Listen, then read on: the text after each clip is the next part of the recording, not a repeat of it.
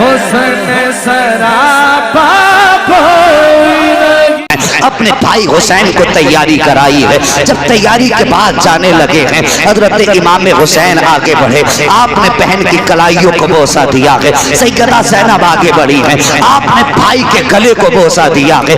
آقا حسین کہتے ہیں زینب آج آپ نے خلاف دستور ہمارے گلے کو بوسہ دیا ہے، آج تک تو کبھی گلا نہیں چوما۔ آپ کہتی ہیں بھائی جان آپ نے بھی تو آج تک زینب کی کلائی نہیں چومی ہے، پھر آج کس لیے کلائی چومی ہے؟ جب اتنا سنتے ہیں آپ فرماتی ہیں بھائی حسین آپ بتائیے آپ نے زینب کی کلائی کیوں چومی ہے؟ فرماتے ہیں زینب مجھے معلوم ہے میری شہادت کے بعد تمہارے ہاتھوں میں ہتھکڑی پہنائی جائیں گی، کل ان کلائیوں کو چومنے کے لیے حسین موجود نہیں ہوگا، اس لیے آج پہلے پہلے چوم رہا ہوں۔ اس کلائی پر مصطفیٰ کے دین کے لیے نشان پڑیں گے رسیوں کے، آج میں زینب کی کلائی چوم رہا ہوں، مگر تم بھی تو بتاؤ تم نے حسین کا گلا اور سینہ کیوں چوما ہے؟ کہتے ہیں حسین کل جب تمہارا لاشا پڑا ہوگا اس وقت میں ان کے گھوڑے دوڑیں گے، اس وقت زینب قید کر لی جائے گی، اس لیے پہلے پہلے حسین آپ کے سینے کو چوم رہی ہوں۔ یہ کہہ کر کے آپ نے